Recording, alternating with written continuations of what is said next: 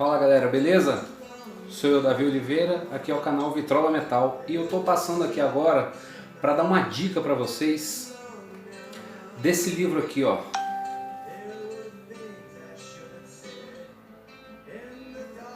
Esse cara aqui cantando, ó. Bruce Dickinson. Bruce Dickinson, batizado como Paul Bruce Dickinson, né? O primeiro vocalista do Iron Maiden foi o Paul Di'Anno. E no caso, o Bruce, ele também tem Paul no nome, né? O nome de batismo. Eu tô passando aqui para dar essa dica aqui, ó, desse livro aqui, livro do Bruce Dickinson, a biografia, a autobiografia dele. Para que serve esse botão? Certo? Eu comprei esse livro, até demorei muito para comprar esse livro, comprei ele há pouco tempo, mas é um livro absolutamente fantástico, galera.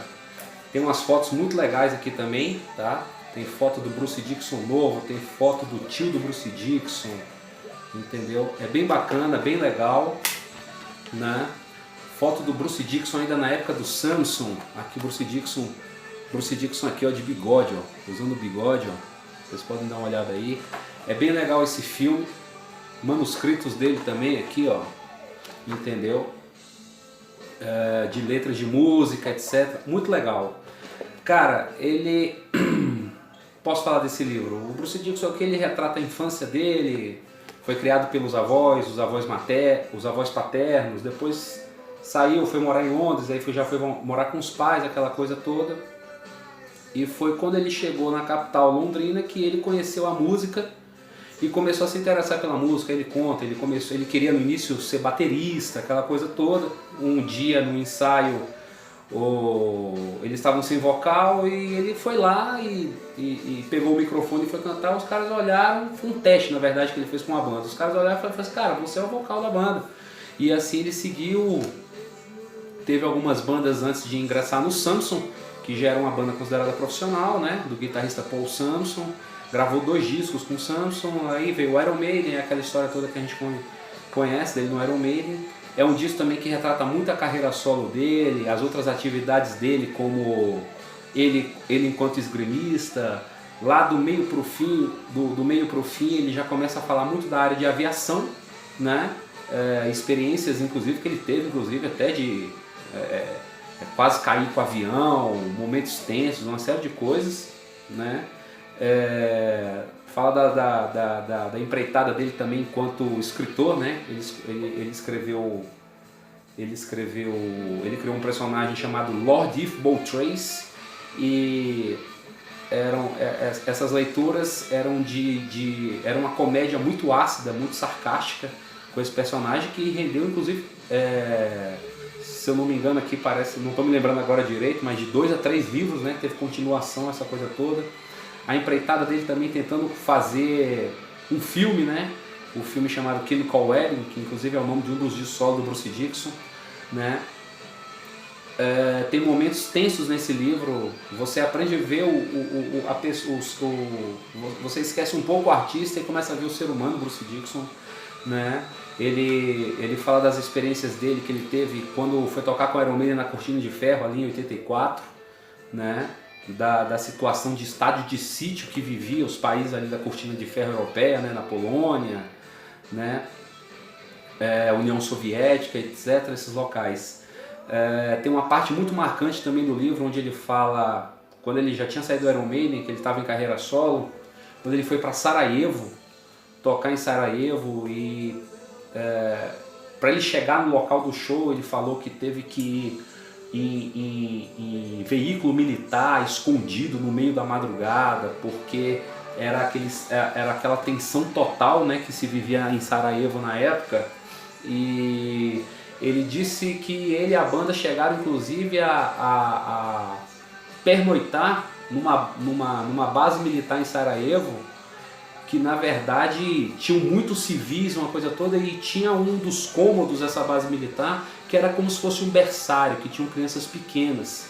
E para vocês terem uma ideia do tamanho que vivia o conflito em Sarajevo na época, as crianças se tinham um cuidado muito grande com essas crianças, esses bebês, eles não podiam sequer chorar, entendeu?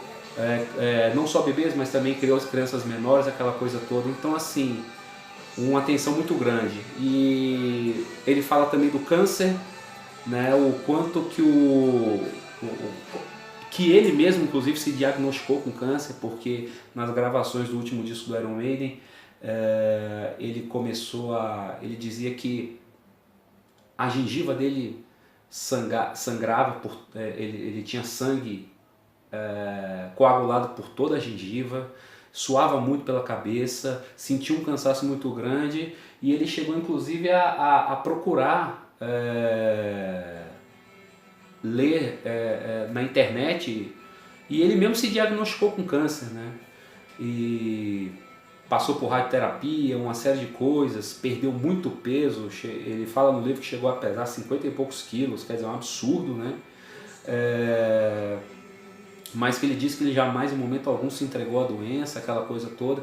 Então, cara, é um livro muito bacana. Ele fala dos conflitos que ele tinha com o Steve Harris no início da banda. No segundo show dele no Iron Maiden, o Steve Harris virou pro empresário Rod Smallwood e falou: cara, eu quero esse cara fora da banda, porque eles brigavam muito por causa da posição do palco, né? O Steve Harris sempre ali querendo ficar na frente dos monitores ali no centro do palco, e o Bruce Dickinson, inclusive, ele pegou um pedestal com as hastes do pedestal maior, né? Quando o Steve Harris vinha, ele cutucava o Steve Harris pro lado de lá, o Steve Harris dava uma porrada dele pro lado de cá também. Disse que teve uma vez, inclusive, que o cabelo do Bruce Dickinson ficou preso nos trastes do baixo do Steve Harris, né?